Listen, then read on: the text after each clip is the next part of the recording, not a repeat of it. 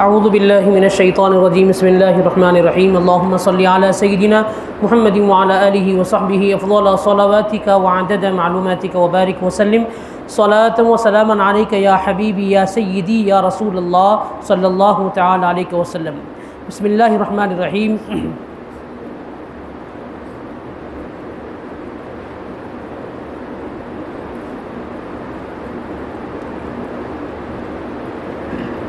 كان الناس أمة واحدة على الإيمان فاختلفوا بأن آمن بعض وكفر بعض فبعث الله النبيين إليهم مبشرين ومن آمن بالجنة ومنذرين من كفر بالنار وأنزل معهم الكتاب بمعنى الكتاب بالحق بأنزل ليحكم بين الناس فيما اختلفوا فيه وما اختلف فيه إلا الذين أوتوه من بعد ما جاءتهم البينات فهدى الله الذين آمنوا لما اختلفوا فيه من الحق بإذنه والله يهدي من يشاء إلى صراط مستقيم۔ اس آیت مبارکہ میں اللہ تبارک و تعالیٰ نے ارشاد فرمایا ہے كان الناس أمة واحدة، کہ لوگ ایک امت پر تھے، یعنی سارے لوگ ایک ہی امت پر تھے۔ كان الناس أمة واحدة، یعنی ایک ہی ایمان پر سارے لوگ موجود تھے۔ فاختلفوا، تو پھر بعضوں نے اختلاف کیا کہ بعضوں نے کفر کیا، بعضوں نے ایمان لایا، یعنی گویا ساری ملت ایک ہی تھی، ملت واحدہ ہی تھی، ایک ہی ایمان پر تھے، مگر بعضوں نے کفر کیا اور بعضوں نے ایمان لایا۔ فبعث اللہ النبیین، تو اللہ نے انبیاء کرام علیہم الصلاۃ کو ان کی طرف بھیجا، مبعوث فرمایا، بھیجا۔ مبشرین من آمن بالجنہ، اور وہ خوشخبری دیتے ان لوگوں کو جو لوگ ایمان لائے۔ کس چیز کی خوشخبری دیتے؟ جنت کی خوشخبری دیتے۔ جو ایمان والے ہیں ان کو جنت کی خوشخبری سناتے کون؟ انبیاء کرام علیہم الصلاۃ۔ انبیاء کرام علیہم الصلاۃ کو اللہ نے وقتاً فوقتاً جو بھیجا امت کی اصلاح کے لیے، ان کی رہنمائی کے لیے۔ جو لوگ اللہ کا انکار کر رہے تھے ان کی رہنمائی کے لیے، ان کی ہدایت کے لیے اللہ نے انبیاء کرام علیہم الصلاۃ کو مبعوث فرمایا۔ تو ان میں سے انبیاء کرام علیہم الصلاۃ جو لوگ ایمان لاتے ان کو جنت کی خوشخبری سناتے۔ ومنذرین، اور ان کو ڈراتے جو لوگوں نے کفر کیا۔ کس چیز کی طرف ان کو خوف دلایا جاتا؟ وہ ہے جہنم، یعنی اگر کفر کریں گے تو ان کا ٹھکانہ جہنم ہوگا۔ تو جو لوگ کفر کریں گے ان کو اللہ تعالیٰ کی طرف، ہدایت کی طرف وہ بلاتے، اور ہدایت کی طرف بلاتے اور جنت کا خوف ان کے دلوں میں جنت کی طرف متوجہ کرتے، اور جہنم سے ان کو بچنے کی جو ہے تلقین کرتے، تاکہ وہ جہنم سے بچ جائے اور کفر سے بچ جائے، توحید الہی کو مان لے۔ وَأَنزَلَ مَعَهُمُ الْكِتَابَ، اور اللہ نے ان انبیاء کرام علیہم الصلاۃ پر کتابوں کو نازل فرمایا۔ وہ کتابیں حق ہیں تاکہ وہ لوگوں کے درمیان جس چیز میں ان کو اختلاف ہوا ہے اس چیز کے اختلاف میں ان کو فیصلہ کر دے۔ یعنی انبیاء کرام علیہم الصلاۃ پر جو اللہ تعالیٰ کتابوں کو نازل فرمایا ہے، ان کتابوں کا نزول جو فرمایا گیا، وہ کتابوں کا جو نزول کیوں فرمایا گیا؟ اس لیے کہ ان کتابوں کے ذریعے سے حق کا فیصلہ کر دے۔ آپس میں جو اختلاف لوگوں میں ہوتا ہے اس چیز کا جو ہے بہترین فیصلہ انبیاء کرام علیہم الصلاۃ کتابوں کے ذریعے سے کرے۔ اللہ نے جن کتابوں کو نازل کیا ان کتابوں میں جو ہے احکامات کو نازل فرمایا، قوانین کو نازل فرمایا، اصول اور وہ ضوابط کو اللہ نے نازل فرمایا۔ تو ان اصولوں اور ان قوانین کو وہ لوگوں کے سامنے پیش کریں اور لوگوں کے اختلافات کو ختم کر دے۔ یہ انبیاء کرام علیہم الصلاۃ کا کام تھا۔ آگے فرمایا گیا وَمَا اخْتَلَفَ فِيهِ أَيَّ الدِّينِ إِلَّا الَّذِينَ أُوتُوهُ مِن بَعْدِ مَا جَاءَتْهُمُ الْبَيِّنَاتُ، اختلاف اس میں، اس کتابوں میں جو ہے، جو کتاب اللہ نے نازل فرمائی ہے اس کتاب میں اختلاف ان لوگوں نے ہی کیا جن لوگوں پر اللہ نے کتاب کو نازل فرمایا تھا، جبکہ واضح دلیل ان کے پاس آ چکی تھی۔ واضح دلیل آنے کے بعد انہوں نے آپس میں سرکشی کی، اور سرکشی کر ان میں اختلاف پیدا کیا۔ حقیقت میں کتابوں میں اختلاف نہیں، آسمانی کتابوں میں کوئی اختلاف نہیں، آسمانی کتابیں اللہ تعالیٰ ہی کی طرف سے نازل کرتا ہے، اختلاف تو ان لوگوں نے کیا جن پر کتابیں نازل کی گئی تھی۔ انبیاء کرام علیہم السلام کے ذریعے سے اللہ نے جن امتوں کو کتابیں عطا کی ہیں انہوں نے اختلاف کیا، انہی کتابوں میں انہوں نے اختلاف ایسا کیا اور آپس میں جو ہے سرکشی کر آپس کی اپنی باتوں کو جو ہے ان چیزوں میں گھڑ لیا۔ اس لیے پچھلی 3 کتابیں جو آسمانی کتابیں ہیں، اس میں کتاب توریت ہے، زبور ہے، انجیل ہے۔ توریت سیدنا موسیٰ کلیم اللہ علیہ السلام پر نازل ہوئی، زبور حضرت سیدنا داؤد علیہ السلام پر نازل ہوئی، انجیل حضرت سیدنا عیسیٰ علیہ السلام پر نازل ہوئی۔ یہ 3 کتابیں ایسی ہے کہ جن قوموں پر یہ نازل کی گئی تھی انہوں نے اس میں خلط ملط کر دیا، اپنی مرضی کے مطابق کچھ قوانین کو ڈال دیا اور اللہ تعالیٰ کے جو احکامات ہیں اس کو تبدیل کر دیا۔ اس لیے قرآن مجید میں اللہ نے فرمایا کہ جو ہے دنیا کی کچھ قیمت کے لیے دین کو مت بیچا کرو۔ کیا تھا؟ انہوں نے اس طرح دین کو بیچ دیا تھا۔ اسی لیے جب قرآن مجید نازل ہوا تو اللہ تبارک و تعالیٰ نے پیارے نبی صلی اللہ علیہ وسلم کی نسبت پاک کے ذریعے سے قرآن پاک کی حفاظت کی ذمہ داری اللہ نے خود لے لی۔ اللہ تبارک و تعالیٰ نے ارشاد فرمایا انا نحن نزلنا الذکر وانا لہ لحافظون، ہم نے ہی اس قرآن پاک کو نازل کیا اور ہم اس کی حفاظت کرنے والے ہیں۔ تو گویا اس قرآن مجید کی حفاظت رب کائنات نے لی ہے، تو قیامت تک اس میں نہ الفاظ بدلے جائیں گے نہ قرآن پاک کے حروف کو بدلا جائے گا، اس لیے کہ اس کی ذمہ داری رب کائنات نے خود اپنی ذمے لی ہے۔ تو حاضرین محترم، آگے فرمایا جا رہا ہے کہ انہوں نے سرکشی کر جو ہے ان میں تبدیلی لائی، اس میں اختلاف کیا۔ فہد اللہ الذین آمنوا، تو اللہ نے کیا کیا؟ اللہ نے ایمان والوں کو ہدایت عطا فرمائی۔ اللہ نے ایمان والوں کو ہدایت دی، جس چیز میں یہ اختلاف ہوا، یہ اختلاف کیا گیا، اس چیز میں جو ہے ایمان والوں کو اللہ نے حق کی ہدایت عطا فرما دی۔ اور اللہ تبارک و تعالی جس کو چاہتا ہے سیدھی راہ کی طرف ہدایت عطا فرماتا ہے، سیدھی راہ کی طرف چلاتا ہے۔ واللہ یہدی من یشاء الی صراط مستقیم، اللہ جسے چاہتا ہے اسے سیدھی راہ کی طرف چلاتا ہے۔ یہ اللہ تعالیٰ کی اپنی مرضی کے مطابق ہوتا ہے۔ اللہ جسے چاہتا ہے ہدایت عطا فرماتا ہے، جس کو چاہے اللہ تبارک و تعالیٰ گمراہی۔ دیکھیے قرآن مجید کے بارے میں آیا ہے، یہ قرآن وہ ہے جس کو چاہے ہدایت بھی ملتی ہے اس قرآن سے، جس کو چاہے گمراہی بھی ملتی ہے۔ یضل بہ من یشاء ویہدی من یشاء، یہی وہ قرآن مجید ہے جس کے ذریعے سے کئی لوگ گمراہ ہو جاتے ہیں، یہی وہ قرآن ہے جس کے ذریعے سے لوگ ہدایت پاتے ہیں۔ قرآن تو سراپا ہدایت ہے، آسمانی کتابیں جتنے بھی ہیں وہ سراپا ہدایت ہے۔ اب جو آدمی جس نیت سے پڑھے گا وہ اس کو ایسا ہی پائے گا۔ اب بعض لوگ پڑھ کر بھی گمراہ ہو جاتے ہیں، بعض لوگ پڑھ کر ہدایت پاتے ہیں۔ یہ توفیق اللہ کے ہاتھ میں، اللہ کی مرضی کے مطابق، اللہ کے منشے کے مطابق ہے، توفیق دینے والا اللہ تعالیٰ ہے۔ اسی لیے نیکی کرنا، عمل کرنا ہمارا کام ہے، اور اللہ تبارک و تعالیٰ کی بارگاہ میں ہمیشہ توفیق کی دعائیں کرتے رہنا چاہیے۔ اللہ ہمیں توفیق عطا فرمائے، نیکی کی ترغیب ہمیں عطا فرمائے، توفیق عطا فرمائے، اس لیے کہ بندے کا کام صرف عمل کرنا ہے، توفیق دینا رب کی مرضی ہے، رب کے منشے کے مطابق ہوتی ہے۔ اسی لیے پیغام پہنچانا ہماری ذمہ داری، وما علینا الا البلاغ، ہم نے اپنا پیغام پہنچا دیا ہے۔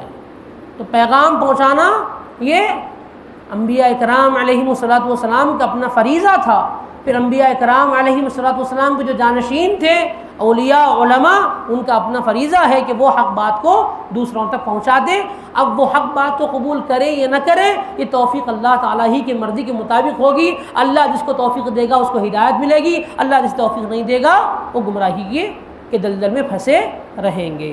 اللہ تعالیٰ ہم کو ہدایت عطا فرمائے، اور کرم ہے مولا کا ہمیں اللہ نے ایسی ہدایت عطا فرمائی کہ ہم ایمان والے ہیں۔ یہ فخر ہمیں ہونا چاہیے۔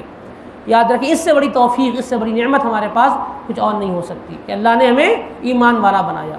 اب آگے اس کے بارے میں آتا ہے، آگے فرمایا جا رہا ہے، یہ جو آیت پاک نازل ہوئی یہ مسلمانوں کے بارے میں نازل ہوئی جب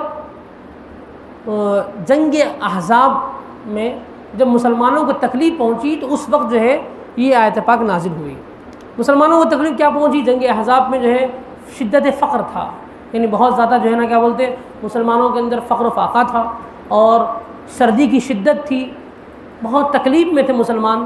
ایسے وقت میں جو ہے کچھ صحابہ کرام نبی رحمت صلی اللہ علیہ وسلم کی بارگاہ میں حاضر ہوئے، عرض کیا رسول اللہ صلی اللہ تعالیٰ علیہ وسلم ہمارے لیے مدد کیوں نہیں آئی، ایسا کیوں نہیں ہوا کہ ہمارے لیے مدد آ جائے؟ تو پیارے نبی صلی اللہ علیہ وسلم اس وقت خانہ کعبہ کے سائے میں اپنی چادر مبارک کو تکیہ بنائے ہوئے آرام فرما تھے۔ نبی رحمت صلی اللہ علیہ وسلم کی بارگاہ میں جب آ کے انہوں نے صحابہ نے کہا تو حضور نے فرمایا پچھلی امتوں میں پچھلے لوگوں کو بڑی تکلیفیں ہوئی، ان کو ان کے ایمان بچانے کا جب معاملہ آیا تو ان کو آدھا زمین پر دھسا دیا گیا، وہ زمین پر دبا دیے گئے، تب بھی انہوں نے جو ہے اپنے اسلام کو اپنے ایمان کو قائم رکھا۔ حضور نے فرمایا کہ بعضوں کو ان کو آروں سے کاٹ دیا گیا، اللہ اکبر، یہ سزائیں یہ تکلیفیں ان کو پہنچائی گئی، اور بعضوں کو لوہے کی کنگھیوں سے ان کے جسموں کو نوچا گیا، پھر بھی انہوں نے جو ہے اسلام و دین کی حفاظت کی اور اپنے آپ اور اپنے دین کو بچائے رکھا۔ تو یہ تکلیفیں ان کو پہنچی ہے، بہت آسانی سے جو ہے یہ تکلیف، اس پر صبر کرنے کا حکم دیا گیا۔ تو مسلمانوں کو پچھلی امتوں کا تذکرہ کرتے نبی رحمت صلی اللہ علیہ وسلم نے فرمایا کہ آسانی سے جو ہے جنت نہیں ملتی ہے، صبر سے ہی جنت ملے گی۔ تو وہی آیت پاک کو اللہ نے نازل فرمایا جنگ احزاب کے موقع پہ، ام حسبتم ان تدخلوا الجنہ ولما یاتکم مثل الذین خلوا من قبلکم، کیا تم یہ گمان کرتے ہو کہ تم جنت میں داخل ہو جاؤ؟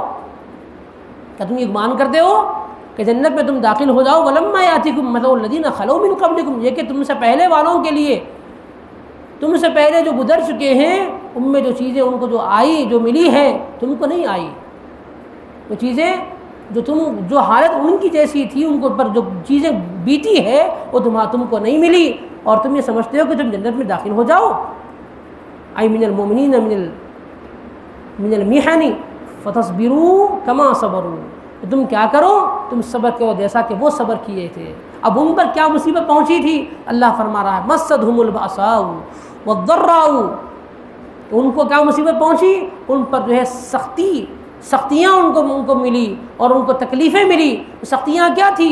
فقر کی شدت تھی، یعنی فقر و فاقہ بہت زیادہ ان کو ملا، والضراء، اور بڑی بڑی بیماریاں ان کو ملی، وہ بیماریوں میں صبر کرتے رہے، وہ شدت فقر میں یعنی تنگ دستی میں اپنے آپ کو وہ برداشت کرتے رہے، ان کو تکلیفیں پہنچی، فقر کی اور جو ہے مرض کی ان کو تکلیفیں پہنچے، وزلزلوا، اور ان کو کیا ہوا، اور زلزلوا، اور ان پر زلزلے آئے، زلزلوا، ان کو ہلا دیا گیا، بانواع البلاء، فرما گیا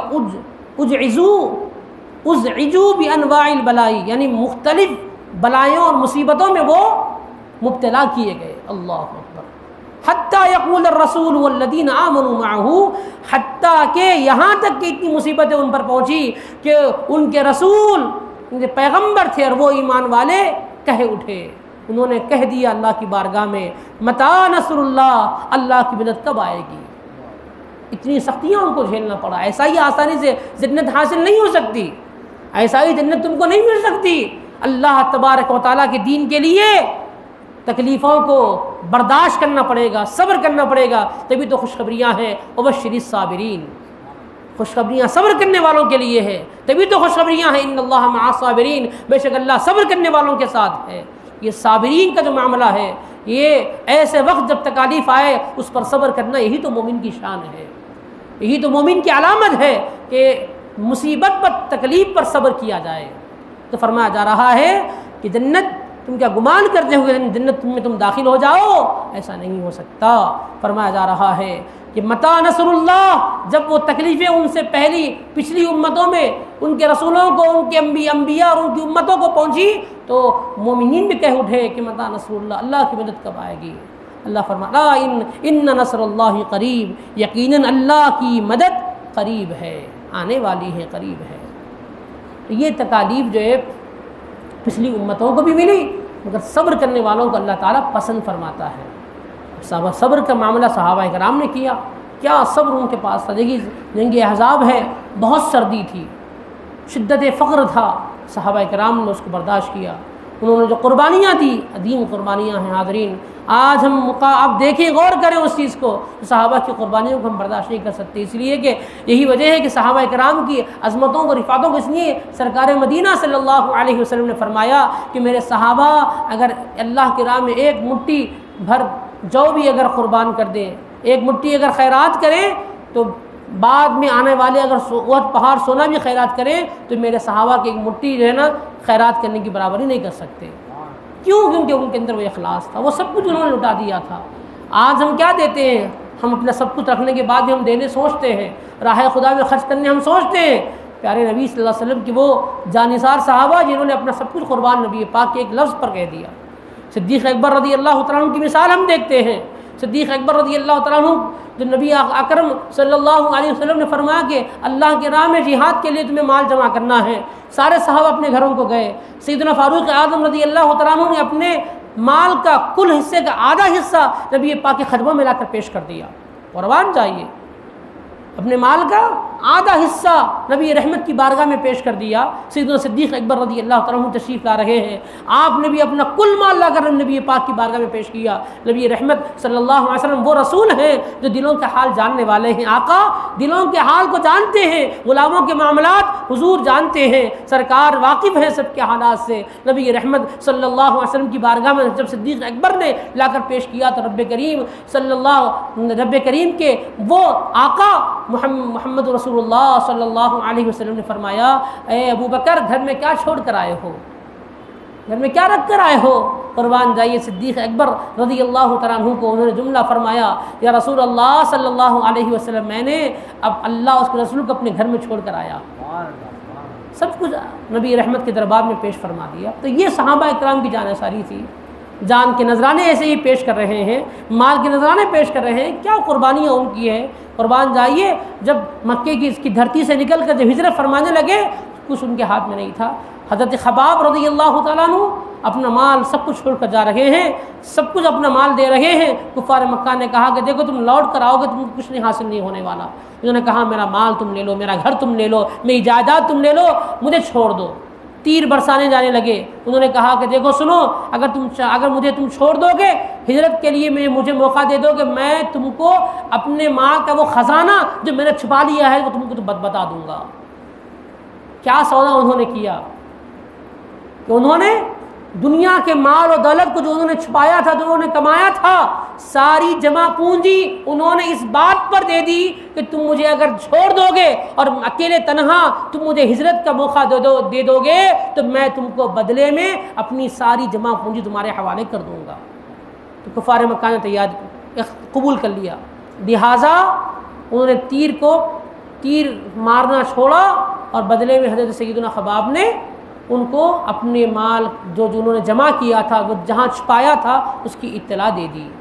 جب سرکار دو عالم صلی اللہ علیہ وسلم کے دربار میں آئے تو سرکار کے دربار میں آنے سے پہلے یہ خوشخبری مل گئی تھی کہ حضرت خباب نے بہترین سودا کیا ہے، دین کا سودا انہوں نے کر لیا، دنیا کے مال کو ٹھکرا دیا اور دین کی حفاظت کے دین کا سودا انہوں نے کر لیا۔ سارے صحابہ مبارکباد دے رہے ہیں، آقا کریم صلی اللہ علیہ وسلم خود مبارکباد دیتے ہیں اور فرماتے ہیں تم نے بہترین سودا کیا ہے، تم نے دنیا کے مال سے جنت کو خرید لیا ہے۔ ہائے ہائے ہائے ہائے، کیا ہم یہ کر سکتے ہیں حاضرین؟ اسی لیے فرمایا جا رہا ام حسبتم ان تدخلوا الجنہ، کیا تم یہ سمجھتے ہو کہ جنت تم کو ایسا ہی مل جائے گی؟ نہیں، مشکلات، تکالیف، صبر کرنے والوں کے لیے جنت ہے، خوشخبریاں ان لوگوں کے لیے جو صبر کریں گے۔ اسی لیے کہ اللہ تعالیٰ فرماتا ہے وَلَنَبْلُوَنَّكُمْ بِشَيْءٍ مِّنَ الْخَوْفِ وَالْجُوعِ وَنَقْصٍ مِّنَ الْأَمْوَالِ وَالْأَنفُسِ وَالثَّمَرَاتِ، ہم تم کو ضرور آزمائیں گے، من الخوف، خوف سے آزمائیں گے، بھوک سے آزمائیں گے، والانفس، جان کا نقصان پہنچا کر آزمائیں گے، وَلَنَبْلُوَنَّكُمْ مِنَ الْخَوْفِ وَالْجُوعِ وَنَقْصٍ مِّنَ الْأَمْوَالِ، مال کا نقصان پہنچا کر آزمایا جائے گا، والانفس، جانوں کا نقصان پہنچا کر تم کو آزمایا جائے گا، والثمرات، تمہارے ثمرات سے مراد تمہاری کھیتی باڑیاں ہو یا تمہاری اولاد کے ذریعے سے تمہاری آزمائش کی جائے گی۔ وبشر الصابرین، صبر کرنے والوں کے لیے خوشخبریاں ہیں۔ یہ نعمتیں کے ساری چیزیں صبر کرنے والوں کے لیے، الصبر بالجنہ، جنت صبر کرنے والوں کے لیے، صابرین کے لیے جنت ہے، صابرین کے لیے جنت ہے۔ تو دنیا کی جب مصیبت آ جائے تو کون ایمان والوں کا یہی تو معاملہ ہوتا ہے کہ وہ صبر کرتے ہیں، ان کی زبانوں پہ ایک ہی جملہ آتا ہے انا للہ و انا الیہ راجعون۔ اور ہمارا حال یہ ہے کہ ہم جو ہے صرف یہ آیت کریمہ کو موت انتقال پر ہم سن کر کہتے ہیں، مگر حقیقت میں یہ ہے کہ جب بھی تکلیف پہنچے ہماری زبان پر کیا ہونا چاہیے؟ انا للہ و انا الیہ راجعون۔ صرف مرنے پر نہیں بلکہ ہر سخت مصیبت جب ہم پر آ جائے تو جملہ ہم یہ کہیں انا للہ و انا الیہ راجعون، سب اللہ تعالیٰ ہی کے لیے ہے اور اللہ تعالیٰ ہی کی طرف ہمیں لوٹنا ہے۔ جب ہم یہ مان لیتے ہیں سب اللہ تعالیٰ ہی کے لیے ہے اور لوٹنا اللہ ہی کی طرف ہے تو ہمیں کیا چیز کی غم، کیا چیز کا رنج، کیا چیز کی تکلیف؟ اس لیے کہ سبھی کچھ اللہ تعالیٰ ہی کا ہے اور لوٹنا اسی کی طرف ہے۔ ہم تو یہاں مسافر ہیں۔ اب مسافر کو جب تکلیفوں کا ذکر کیا جائے تو مسافر کہتا ہے کتنے دن میں رہوں گا؟ ارے مجھے ایک نہ ایک دن چھوڑ کر میرے اپنے وطن کو جانا ہے۔ اسی لیے یہ جب مسافر سوچتا ہے، جب یہ بولتا ہے تو اس کے دل میں ہمت آ جاتی ہے۔ اسی لیے کہا جاتا ہے انا للہ و انا الیہ راجعون۔ جب بھی کوئی مصیبت آ جائے تو ہمیشہ اللہ کی طرف اپنے آپ کو متوجہ کر لو اور کہو ہم تو مسافر ہیں، رب کی طرف لوٹ کر جانا ہے، ہمیشہ تو یہاں نہیں رہنا ہے، ہمیشہ اپنا ٹھکانہ جنت ہے، ہمیشہ اپنا ٹھکانہ آخرت ہے، وہیں پر تو ہم رہنے والے ہیں۔ اللہ تعالیٰ ایمان کی دولت سے ہمیں مالا مال فرمائے، یہی بڑا ہمارا سب سے بڑا ہم پر کرم ہے حاضرین۔ تو آگے فرمایا جا رہا ہے، تو یہ جو آیت کریمہ ہے ہمیں اس بات کی ہمت دلاتی ہے کہ جب مصیبت آ جائے تو ہم صبر کریں، اس لیے کہ صبر کا صلہ کیا ہے؟ بولیے، صبر کا صلہ جنت ہے، جنت صبر کا صلہ ہے۔ آگے فرمایا جائے یسألونک ماذا، یا محمد صلی اللہ علیہ وسلم یسألونک ماذا ينفقون، نبی پاک صلی اللہ علیہ وسلم آپ سے جو ہے وہ پوچھیں گے، وہ سوال کرتے ہیں آپ سے، پوچھیں گے کہ ماذا ينفقون، کیا خرچ کریں ہم اللہ کی راہ میں، اللہ کی راہ میں خرچ کیا کریں، یہ پوچھیں گے۔ آپ فرما دیجیے، نبی پاک صلی اللہ علیہ وسلم سے فرمایا جا رہا ہے، بس پوچھنے والے کون ہیں؟ عمر بن جموح، وکان شیخا ذا مال، وہ جو ہے ایک بوڑھے ضعیف شخص تھے اور مال والے تھے، مالدار تھے۔ انہوں نے حضور پاک صلی اللہ علیہ وسلم سے سوال کیا کہ ما ينفق وعلى من ينفق، نبی صلی اللہ علیہ وسلم سے انہوں نے سوال کیا کہ آقا ہم مال کیا خرچ کریں، کس پر خرچ کریں؟ بہت اہم ترین سوال انہوں نے کیا کہ رسول اللہ ہم مال کیا خرچ کریں اور مال کس پر خرچ کریں، یہ سوال انہوں نے کیا۔ تو نبی رحمت صلی اللہ علیہ وسلم نے فرمایا قل، اللہ تعالیٰ فرماتا قل، اے حبیب آپ فرما دیجیے ما انفقتم من خیر، ما انفقتم من خیر فللوالدین والاقربین والیتامى والمساکین وابن السبیل، اے نبی صلی اللہ علیہ وسلم آپ فرما دیجئے تم جو مال خرچ کرتے ہو، جو نیکی جو خیر کرتے ہو، جو کچھ تم جو مال خرچ کرتے ہو وہ مال تم کس کے لیے کرو؟ بس تم کو چاہیے کہ وہ والدین کے لیے خرچ کرے سب سے پہلے، کہ تمہارے مال کے سب سے پہلے اقدار جس پر تم اپنے مال کو خرچ کرو گے وہ کون ہے؟ والدین، تمہارے ماں باپ ہیں۔ والاقربین، اس کے بعد کون ہے؟ اقربا ہے، تمہارے اپنے رشتہ دار ہیں۔ والیتامى، اس کے بعد یتیم ہیں جو تمہارے اپنے پڑوسیوں میں ہیں، تمہارے اپنے محلوں میں ہیں، تمہارے اپنے اقربا میں جو یتیم ہیں ان کا۔ والمساکین، جو بھی مساکین ہیں، وہ مساکین جو اپنے آپ کو غربت میں رکھتے ہیں، تنگ دستی میں رکھتے ہیں، پھر بھی اپنی تنگ دستی کو لوگوں کے سامنے ظاہر نہیں کرتے۔ وہ اپنی سبیل، اس کے بعد راہ گیر، جو راہ کے جو مسافر ہیں ان پر خرچ کریں۔ تو یہ جو ہے خرچ کرنے کی، اللہ کی راہ میں ہم جو خرچ کرنا چاہتے ہیں، اللہ نے ہمیں مال دیا، ایمان والوں کی علامت کو اللہ تعالیٰ بیان فرماتا ہے الذین ينفقون، فرمایا جاتا ہے الذین یؤمنون بالغیب ویقیمون الصلاۃ ومما رزقناہم ينفقون۔ الذین یؤمنون بالغیب، ایمان والے وہ ہیں جو غیب پر یقین رکھتے ہیں، ویقیمون الصلاۃ، اور نماز کو قائم کرتے ہیں، ومما رزقناہم ينفقون، اور وہ اللہ نے جو ان کو مال عطا فرمایا اس میں سے وہ اللہ کی راہ میں خرچ کرتے ہیں۔ تو اللہ کی راہ میں جو خرچ کرتے ہیں وہ راہ خدا میں خرچ کرنے کا سب سے پہلے حقدار کون؟ ہمارے اپنے ماں باپ۔ ہم جو کسب حلال کماتے ہیں، ہم نوکری کے لیے نکل رہے ہیں، کسب حلال کما رہے ہیں، اگر ہم یہ مال اپنے اولاد اپنی اولاد اپنے اہل و عیال اپنے بچوں اپنی بیوی اپنے ماں باپ کے لیے خرچ کرتے ہیں تو ہمارا یہ ہر ایک روپیہ جو ہم خرچ کر رہے ہیں وہ ہمارے لیے نیکی ہے، نیکی بن رہا ہے۔ سب سے بہترین خیرات، سب سے بہترین خرچ جو ہم راہ خدا میں خرچ کرنا چاہتے ہیں، اس میں حقدار سب سے پہلے کون ہے؟ ہمارے اپنے والدین، ہمارے ماں باپ ہیں، ہمارے بچے ہیں، ہماری بیویاں ہیں، اور پھر اس کے بعد ہمارے اپنے اقربا ہیں، پھر ہمارے اپنے یتیم و مساکین ہیں، پھر اس کے بعد راہ گیر پر چلنے والے لوگ ہیں۔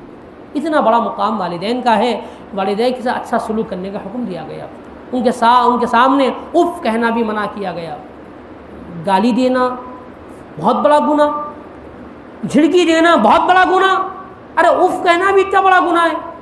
قرآن مجید میں اللہ فرماتا ہے اف ولا تنہرہما، تم اف بھی مت کرو، ان کو جھڑکیاں بھی مت دو۔ اف سے مراد کیا ہوتا؟ اف کوئی کلمہ نہیں ہے، اف ایک فیلنگ ہے۔ آدمی کو جب غصہ آتا ہے تو آدمی اف کرتا ہے، ایک فیل ہوتا ہے، غصے سے اف ایک لفظ نکلتا ہے، ایک آواز نکلتی ہے، ایک ساؤنڈ جو نکلتا ہے، اس ساؤنڈ کو بھی اللہ نے ماں باپ کے سامنے اس فیلنگ کو بھی پیش کرنے کا حکم نہیں دیا۔ اللہ کو اتنا بڑا مقام والدین کا ہے۔ آج ہم جو ہے ہر معاملے میں اپنے ماں باپ کی طرف متوجہ نہیں ہوتے، جبکہ ہر نوجوان کو حکم دیا گیا کہ جب بھی تم اچھا کام کرو تو اپنے والد کو ضرور کہا کرو، اس لیے کہ جس کام پر والد راضی اس چیز پر رب راضی۔ معاملہ الٹا، آج ہماری نوجوان نسل یہ سوچ رہی ہے کہ نہیں ہمارے والد صاحب پرانے خیالات کے، ان کو کیا معلوم، ہم تو نئی جنریشن ہے۔ استغفر اللہ، کوئی کاروبار کرنے کا ارادہ کر رہے ہیں، باپ کو آگے نہیں بڑھاتے، سوچتے نہیں باپ ہمارے والد صاحب پرانی جنریشن کے، بھائی ان کو کیا معلوم، نعوذ باللہ۔ خود اپنے آپ کو جو ہے ہم سمجھتے ہیں کہ ہم نئی جنریشن میں، ہم اپنے آپ کو سمجھتے ہیں ہم بہت زیادہ جو ہے عقل مند ہو گئے، کامیابی نہیں ملتی۔ جس بزنس سے باپ راضی نہیں، اس بزنس سے آپ کا رب راضی نہیں، اس لیے کہ پیارے نبی صلی اللہ علیہ وسلم فرماتے ہیں رضا الرب رضا الوالد، والد کی رضامندی میں اللہ تعالیٰ کی رضامندی ہے۔ عجیب لوگ ہیں ہمارے۔ تعجب خیز بات یہ ہے کہ دکان کی اوپننگ ہوتی ہے اور ہم یہ سمجھتے ہیں کہ دکان کی اوپننگ ہم جو ہے دنیا کے مشہور و معروف لوگوں کے ہاتھ سے کرائیں، جبکہ ہم یہ کو سمجھنا چاہیے کہ دنیا میں سب سے زیادہ معزز ہماری نظروں میں اور حقیقت میں کوئی ہے تو ہمارا باپ۔ جس سے رب راضی ہو جائے اس سے بڑھ کر کون ہو سکتا ہے بتائیے؟ اور ہم نے جو ہے اسی باپ کو پیچھے کر دیا، ان کو اہمیت نہیں دی، جبکہ ہماری ساری کامیابی کی سب سے بڑی بہترین سیڑھی، سب سے بہترین راستہ، سب سے بہترین منزل ہمارے ماں باپ ہمارے والدین ہیں۔ پیارے نبی صلی اللہ علیہ وسلم فرماتے ہیں اپنے بڑوں کا احترام کیا کرو، اس لیے کہ تمہارے اپنے بڑوں کی وجہ سے تمہارے گھروں میں برکتیں حاصل ہوتی ہیں۔ اور آج ہمارا حال یہ ہے بڑوں کو گھر سے نکالنے تیار ہے، برکتیں کہاں ملے گی؟ کہاں سے برکت مل سکتی ہے؟ ہم سمجھتے ہیں کہ ہمارے ماں باپ بوڑھے ہیں اور اپنے گھروں میں رہتے ہیں تو ہم سمجھتے ہیں ان کا کیا کام، نہیں، ان کی اپنی موجودگی ہمارے رزق کے دروازوں کو کھلا رکھتی ہے۔ یہ دروازے جو رزق کے ہمارے سامنے کھلے ہیں، یہ ہمارا اپنا کوئی کرنا نہیں ہے، ہمارے ماں باپ کی اپنی برکتیں ہیں جو ہم کو مل رہی ہے۔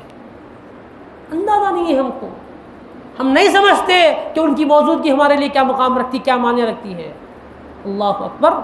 سیدنا موسیٰ کلیم اللہ علیہ السلام نے اللہ کی بارگاہ میں عرض کیا، رسول اللہ تعالیٰ کی بارگاہ میں عرض کیا، بار الہ بتائیے میرا جنت میں کون رفیق ہوگا؟ اللہ نے حکم فرمایا کہ اے موسیٰ تمہارے رفیقوں میں، رفقا میں ایک رفیق تمہارا ایک گوشت والا ہوگا۔ تعجب ہوا، اللہ کی بارگاہ میں موسیٰ کلیم اللہ کلام فرماتے تھے، عرض یہ رسول اللہ کیا بار الہ یہ کون ہے جس سے میں ملاقات کرنا چاہتا ہوں، جو میرا جنت میں رفیق ہونے والا ہے، میرے رفقا میں، میرے دوست احباب میں، میری معیت میں رہنے والے میں کون ہے ایسا؟ تو بولے فلاں مقام پہ ایک گوشت والا رہتا ہے، وہ تمہارا جو ہے جنت میں تمہاری معیت میں رہے گا، اللہ تمہاری معیت اس کو عطا فرمائے گا۔ چنانچہ اپنے رفیق سے ملنے کے لیے موسیٰ کلیم اللہ اس مقام پر نکل گئے، گوشت والے کے پاس گئے، مشاہدہ کیا، دیکھنے لگے، صبح سے شام تک لے کر بیٹھے رہے، دیکھتے رہے، تکتے رہے کہ ایسا معاملہ کیا ہے اس کا۔ وہ عام طور پر جو کاروبار کرنے والا ویسا ہی کاروبار وہ کر رہا ہے۔ رات کا وقت ہوا تو اس نے تھوڑا گوشت اپنا بچا لے کر اپنے گھر لے گیا تو دیکھتا ہے یہاں سیدنا موسیٰ کلیم اللہ پیچھے پیچھے چلے گئے، وہ گھر پہنچا، اپنے ہاتھوں سے جو ہے اس نے سالن تیار کیا، ماں اس کے بچے بھی ہیں، بچے بھی بلبلا رہے ہیں بھوک سے، ماں بھی بلبلا رہی ہے، سب سے پہلے اپنی ماں کے پاس گیا، اپنی ماں کو جو ہے کھانا پیش کیا، جب تک وہ نہ کھائے اس وقت وہ بھی نہ کھایا، اپنے بچوں کو بھی نہیں کھلایا، جب ماں نے سیراب ہو کر ماں نے کھایا، اپنے بچوں کو اس نے کھلایا، لیکن بچوں کو بھی فارغ کرا دیا، خود بھی فارغ نہیں ہوا، ابھی بچے کھائے اور ماں پہلے کھا لی، اس کے بعد بچے کھائے، اس کے بعد جب وہ بعد میں کھانے لگا، جب ماں اس کی جب سیراب ہوئی کھانے سے، الحمدللہ وہ نوش فرما لی، اس نے ہاتھ اٹھا کر رب کی بارگاہ میں دعا فرمائی کہ اے اللہ میرے بیٹے سے میں راضی ہو چکی ہوں، تو مولا اس کو حضرت موسیٰ کلیم اللہ کا دوست بنا کر جنت میں رکھ۔ اب ماجرا کیا ہے؟ کیا خاص خوبی اس شخص کے پاس تھی؟ کون سی نیکی تھی جو اس کو حضرت موسیٰ کے قریب کر چکی تھی؟ رب کی بارگاہ میں عرض گزار ہوئے سیدنا موسیٰ کریم اللہ کے بارے الہ ماجرا کیا ہے؟ تو اللہ تعالی نے کہا کہ موسیٰ اس کی ماں ہر وقت میری بارگاہ میں دعا کرتی ہے کہ تیری معیت اس کو عطا فرما دی، اس لیے میں نے اس کی ماں کی دعا کو قبول کر لیا ہے۔ آج افسوس یہ ہے کہ ہم جو ہے سوشل میڈیا پر دوست احباب ساری دنیا کو بولتے دعا کرو، نہ ماں باپ سے دعا نہیں لیتے، ہماری اپنی افسوس کی بات یہ ہے۔ دوست سے بولیں گے دعا کرو، سوشل میڈیا میں دعا کی گزارش کریں گے، فلاں صاحب سے گزارش کریں گے، مگر اپنے کام کا جب معاملہ آئے گا ماں باپ سے یہ نہیں کہیں گے کہ امی میرے لیے دعا فرمائیے، ابا جان میرے لیے دعا فرمائیے، ہم کبھی نہیں کہتے کبھی تصور بھی نہیں جاتا ہمارا، جبکہ ارے یہ وہ لوگ ہیں جو اللہ تعالیٰ کی بارگاہ میں ہاتھ کو اٹھا دیں، اللہ تعالیٰ ان کی اولاد کے حق میں ان کی دعا ہمیشہ قبول کرتا ہے۔ مگر افسوس کیا ہے، جہاں دعا قبول ہونے کا ذریعہ بن جائے اس ذریعے کو ہم نے بھلا دیا، اہمیت نہیں دی۔ ماں باپ کا بڑا مقام ہے، یاد رکھیے۔ اللہ نے قرآن مجید میں ان گنت مقامات پر جہاں پر اللہ نے اپنی وحدانیت کا ذکر فرمایا ہے، وہاں اللہ تعالیٰ نے والدین کے ساتھ اچھا سلوک کرنے کا بھی حکم فرمایا۔ اس لیے اپنے ماں باپ کی باتوں پر راضی ہو جاؤ، زندگیاں بڑی سکون سے گزرے گی۔ جن چیزوں سے ماں باپ راضی نہیں ہیں اللہ اس چیز سے راضی نہیں ہوگا۔ تو یہی فرمایا جا رہا ہے کہ سب سے مال کس پر خرچ کیا جائے، تو سب سے پہلے مال خرچ کرنے کے حقدار کون ہیں؟ والدین ہیں، اقربا ہیں، یتیم و مسکین ہیں، اور اس کے بعد اللہ کی راہ میں جو ابن سبیل جو راہگیر ہیں وہ ہیں۔ وما تفعلوا من خیر فإن اللہ بہ علیم، بے یقیناً جو کچھ تم اللہ کی راہ میں خرچ کرتے ہو اللہ تعالیٰ اس کو دیکھ رہا ہے، وہ جانتا ہے اللہ تعالیٰ۔ مطلب کیا؟ فیجا علی، اللہ تعالیٰ تم کو اس کا بدلہ عطا فرمائے گا، جو کچھ ہم اللہ کی راہ میں خرچ کریں گے اس کا بدلہ عطا کیا جائے گا۔ ایک حدیث پاک آپ کی میں بارگاہ میں پیش کروں کہ نبی پاک صلی اللہ علیہ وسلم نے ارشاد فرمایا جب تم اللہ کی راہ میں خرچ کرو تو گن گن کر مت دیا کرو۔ اگر تم گن کر دو گے تو اللہ بھی تمہارے مال اور تمہارے اپنے رزق میں اللہ بھی تم کو بھی کون کر دے گا۔ اللہ کی راہ میں جب دو تو گن کر شمار کر مت دیا کرو۔ تمہاری اپنی حیثیت میں تم دو گے تو دے دو، مگر نیت اخلاص کے ساتھ ہو، اچھی نیت ہو، جو کچھ تم دے رہے ہو اس میں سے تم خرچ کر رہے ہو، تم دے رہے ہو تو اللہ تعالیٰ بھی تم کو، اللہ تعالیٰ ویسا ہی تمہارے اپنے منشے کے مطابق تم کو عطا کرے گا۔ دیکھیے اللہ تعالیٰ ہم اپنی حیثیت سے دیتے ہیں، اللہ اپنی شان کے مطابق عطا فرماتا ہے۔ تو اسی لیے راہ خدا میں جب خرچ کریں نیت اچھی ہو، شو آف نہ ہو، دکھاوا نہ ہو، ریاکاری نہ ہو، لوگوں کو جو ہے کہ سامنے عظمت اور شان کے لیے نہ ہو، صرف اللہ کے لیے، خالص اللہ کے لیے دیا جائے، اللہ اس کا بدلہ ضرور عطا فرمائے گا۔ پیارے نبی صلی اللہ علیہ وسلم فرماتے ہیں کہ تم اگر اللہ تعالیٰ کے پاس گن کر اللہ کی راہ میں گن کر دو گے تو اللہ بھی تم کو ایسا ہی شمار کر دے گا۔ اگر تم اللہ کے پاس کی بارگاہ میں تم دے رہے ہو اپنی حیثیت سے تو اللہ تمہیں بھی بے شمار اپنی شان کے مطابق عطا فرمائے گا۔ ایک جو ہے واقعہ سرکار دو عالم صلی اللہ علیہ وسلم نے بیان فرمایا کہ ایک شخص جو ہے ایک کھلے میدان میں جنگل میں موجود تھے، ایک ابر آیا اور ابر نے آواز دی کہ فلاں شخص کا باغ ہے، اس باغ کے لیے تم بھی مدد کرو۔ فلاں شخص کا نام بھی وہ اس زبان آواز آئی، غیب سے آواز آئی، وہ صاحب سن لیے، پھر اس کے وہ ابر چلا گیا اور بنجر زمین پر بارش برسی. پھر وہ بارش میں پانی جمع ہوا اور ایک نالے کے ذریعے سے اس باغ کی طرف پانی جانے لگا. یہ جو صاحب جنہوں نے یہ آواز سنی تھی وہ بھی وہاں پر پہنچے تو دیکھا کہ ایک شخص ہے جب وہ نالی کے ذریعے سے اپنے باغات میں پانی کو پہنچا رہا ہے. تو اس شخص سے انہوں نے پوچھا بھائی آپ کا نام کیا ہے؟ یہ کہ آپ کا باغ ہے؟ انہوں نے کہا ہاں میرا ہی باغ ہے. آپ کا نام کیا ہے؟ تو انہوں نے فلاں نام بتایا. تو اس وقت جو ہے یہ تو سنے تھے, انہوں نے کہا ہاں میں نے ابر سے جو آواز سنی تھی یہی نام کی آواز سنی تھی. تو یہ جو شخص ہے انہوں نے پوچھا, یہ باغ کے مالک سے پوچھا آخر آپ نے ایسا کیا نیک عمل کیا جس کی وجہ سے جو ہے اللہ تعالیٰ بنجر زمین کے ذریعے سے آپ تک پانی پہنچا رہا ہے؟ کیا وجہ ہے, کیا خاص بات ہے؟ تو انہوں نے کہا اگر آپ نہ پوچھتے تو میں ضرور یہ چیز کو نہ بتاتا, چونکہ آپ کو یہ آواز سنی آئی اس لیے میں بتا رہا ہوں. بات یہ ہے کہ جب میں اس باغ کا مجھے جو کچھ بھی اناج نکلتا ہے, اس جو غلہ نکلتا ہے اس میں سے میں سب سے پہلے 1/3 اللہ کی راہ میں خرچ کر دیتا ہوں. 1/3 اللہ کی راہ میں خرچ کر دیتا ہوں, 1/3 اپنے مال کا حصہ اپنے گھر والوں کے لیے رکھتا ہوں, کوئی حصہ اپنے گھر والوں کے لیے, کچھ لوگوں کے لیے, اپنے اقربا وغیرہ کے لیے رکھتا ہوں, اور جو حصہ کچھ بچتا ہے وہ اسی میں لگا دیتا ہوں. یہ میرا اپنا طریقہ کار ہے. باغ کا سارا اناج آتا ہے اس میں ایک حصہ راہ خدا میں خرچ کرتا ہوں, ایک اپنے گھر والوں کے لیے رکھتا ہوں, اور اسی میں جو ہے پھر لگا دیتا ہوں تاکہ اس کا فائدہ مجھے پھر مل جائے. اس وجہ سے اللہ تعالیٰ نے تم پر یہ کرم فرمایا کہ تم اپنے مال کا حصہ راہ خدا میں خرچ کرتے ہو. حاضرین محترم, یہ برکتیں حاصل ہوتی ہیں. ہمیں بھی چاہیے کہ ہم اپنے مال کا حصہ کچھ نکالیں راہ خدا میں. دیکھیے پیسوں کی قیمت اللہ کی راہ کے پاس دیکھی نہیں جاتی. اللہ تعالیٰ آپ کے پیسوں کو نہیں دیکھتا, یاد رکھے آپ کے دل کو دیکھتا ہے. یاد رکھے, ہم یہ نہ سوچیں کہ اللہ نے ہمیں روزانہ 100 روپے کمانے کا ہمیں موقع ملتا ہے, ہم روز کے 100 روپے والے ہیں, اس میں سے اگر ہم 5 روپے خرچ کرتے ہیں تو یہ 5 روپے اللہ کی راہ میں بہت کم ہو جائے, یہ مت سوچیں. مگر ہم یہ سوچیں کہ اللہ نے ہمیں 100 روپے دیے تو ہم جو کچھ بھی خرچ کر رہے ہیں اللہ کے لیے دل ہمارا پاک ہو, اچھا ہو.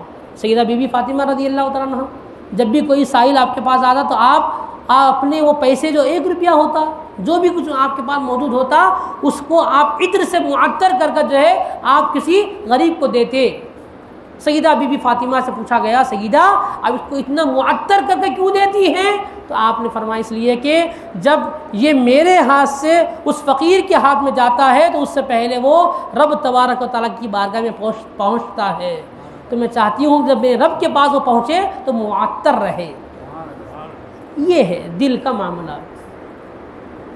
ہم اپنی حیثیت سے دیں, رب اپنی شان سے عطا فرماتا ہے. یہ ہے ہمارا راہ خدا میں خرچ کرنا. یہ ایمان والے کی علامت ہے, مومنین کی علامت ہے کہ وہ اللہ نے جو کچھ ان کو مال دیا اس میں سے وہ راہ خدا میں خرچ کرتے رہیں. جب خرچ کرتے رہیں گے اپنے گھر والوں پر, اپنے بچوں پر, اپنی بیویوں اور اپنے جو ہے نا گھر والوں پر, جو بھی اپنے اقربا اور احبہ ہے سب پر ہم خرچ کرتے جائیں گے تو انشاءاللہ ہمارے اللہ تعالیٰ ہم پر برکتیں عطا فرماتا جائے گا. مال خرچ ہوگا تو مال آئے گا, صرف جمع ہوگا تو مال نہیں آئے گا. یاد رکھ, یہی مال پھر جمع رہے گا تو قبر میں ہمارے لیے اور آخرت میں ہمارے لیے عذاب کا ذریعہ بن کر آئے گا. سانپ کی شکل میں آئے گا, توق کی شکل میں آئے گا, زنجیروں کی شکل میں آئے گا, اس لیے کہ ہم نے مال کو جمع کیا. اسی لیے کہ اللہ تعالیٰ بخل کرنے والوں کو پسند نہیں فرماتا. اللہ تعالیٰ سے دعا ہے ہم تمام کو سننے, سمجھنے اور عمل کرنے کی توفیق نصیب فرمائے. آمین والحمد للہ رب العالمین.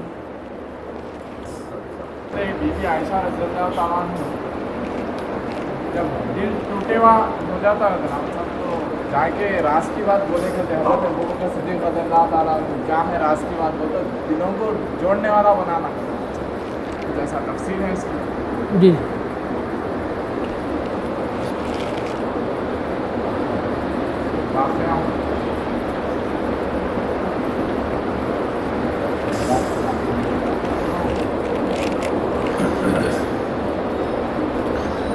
اللہ والے فرماتے ہیں یہ بات, اللہ تبارک و تعالیٰ کے محبوب بندے یہ فرماتے ہیں کہ جس دل میں کوئی نہ ہو اس دل میں اللہ رہتا ہے. اللہ تبارک و تعالیٰ اسی دل میں جو ہے رہتا ہے جس دل میں انسان کسی اور کو نہ لگائے, کسی اور کی محبت کو نہ بسائے, جس دل میں صرف اللہ کی محبت بسی رہتی ہے وہی اللہ تبارک و تعالیٰ کا وہی دل خزینہ کہلاتا ہے. ٹوٹے ہوئے دلوں میں رب تبارک و تعالیٰ کی محبت بسی رہتی ہے.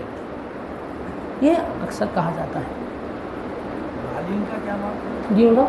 بالین جو ہے حضرت یوسف علیہ السلام کے جو 7 گائے بلی 7 گائے اور وہ جو ہے جمع کرنے کے تعلق سے بالین سمیت رکھا جائے.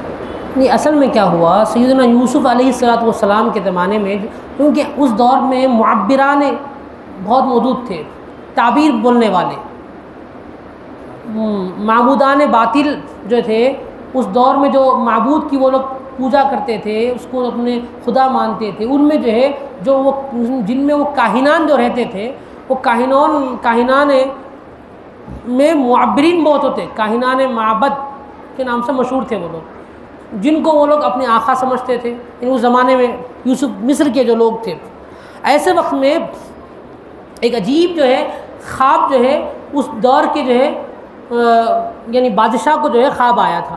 وہ خواب یہ آیا تھا کہ اس نے 7 گایوں کو دیکھا تھا جو دریائے نیل سے نکلی اور 7 کمزور گایوں کو اس نے کھا لیا.